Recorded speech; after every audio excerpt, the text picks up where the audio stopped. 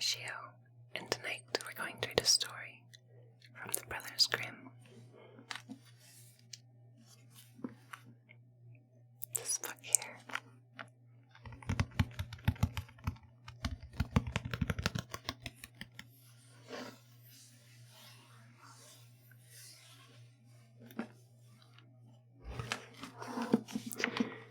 The story is Cat and Mouse in Partnership.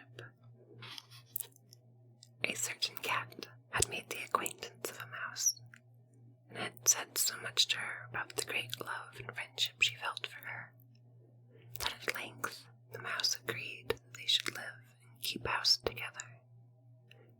"But we must make a provision for winter, or else we shall suffer from hunger," said the cat. "And you, little mouse, cannot venture everywhere, or you will be caught in a trap some day." The good advice was followed, and a pot of fat was bought, but they did not know where to put it.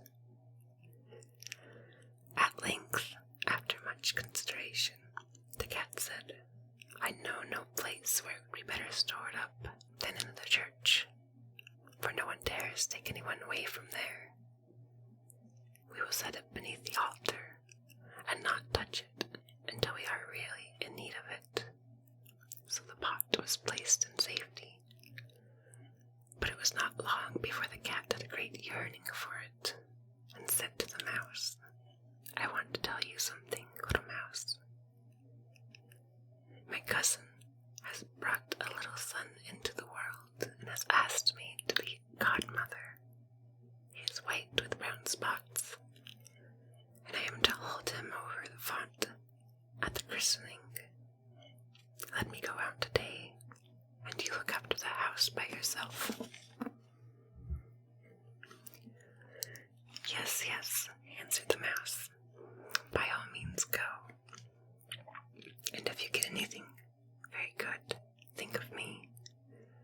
I should like a drop of sweet red christening wine, too." All this, however, was untrue. The cat had no cousin, and had not been asked to be godmother. She went straight to the church, stole to the pot of fat, began to look at it, and licked the top of the fat off. Then she took a walk upon the roofs of the town, looked out for opportunities, and then stretched herself in the sun, and licked her lips whenever she thought of the pot of fat, and not until it was evening did she return home. "Well, here you are again," said the mouse. "No doubt you've had a merry day." "All went well," answered the cat. "What name did they give the child?" "Top off," said the cat quite coolly. "Top off," cried the mouse. "That is a very odd and uncommon name. Is it a usual one in your family?" "What does it matter?" said the cat. "It is no worse than Crumb Stealer, as your godchildren are called." Before long, the cat was seized by another fit of longing. She said to the mouse, "You must do me a favor, and once more manage the house for a day alone. I am again asked to be a godmother, and as the child has a white ring round its neck, I cannot refuse." The good mouse consented, but the cat crept behind the town walls to the church, and devoured half the pot of fat. "Nothing ever seemed so good as what one keeps to oneself," said she, and was quite satisfied with her day's work. When she went home, the mouse inquired, "And what was this child christened?" "Half done," answered the cat. "Half done? What are you saying? I never heard the name in my life.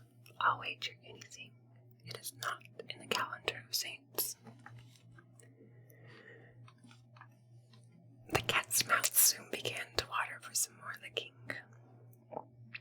"All good things go in threes," said she. "I am asked asked to stand godmother again. The child is quite black, only it has white paws. But with that exception, it has not a single white hair on its whole body. This only happens once every few years.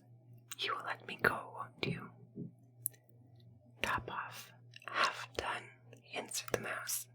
They are such odd names. They make me very thoughtful. You sit at home, said the cat, in your dark gray fur coat and long tail, and are filled with fancies. That's because you do not go out in the daytime.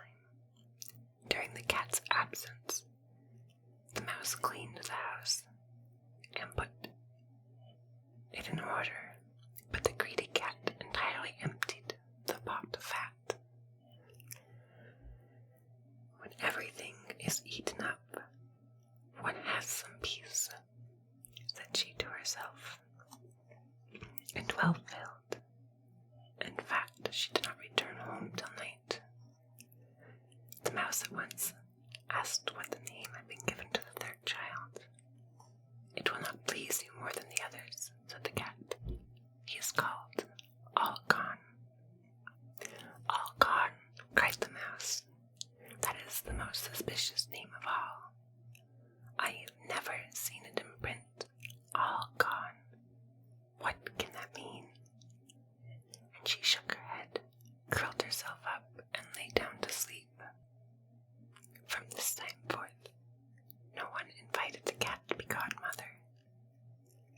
But when the winter had come, and there was no longer anything to be found outside, the mouse thought of that provision and said, Come, cat, we will go and enjoy to our pot of fat, which we have stored up for ourselves. We shall enjoy that. Yes, answered the cat. You will enjoy it as much as you would enjoy sticking that dainty tongue of yours out the window. They set out on their way, but when they arrived, the pot of fat certainly was still in its place, but it was empty.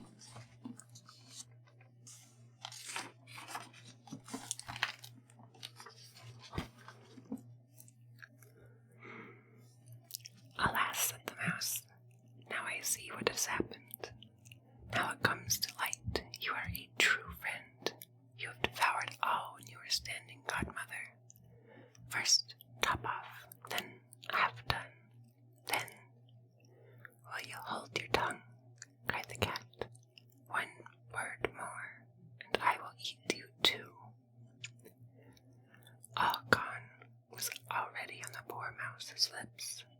Scarcely had she spoken it before the cat sprang on her, seized her, and swallowed her down.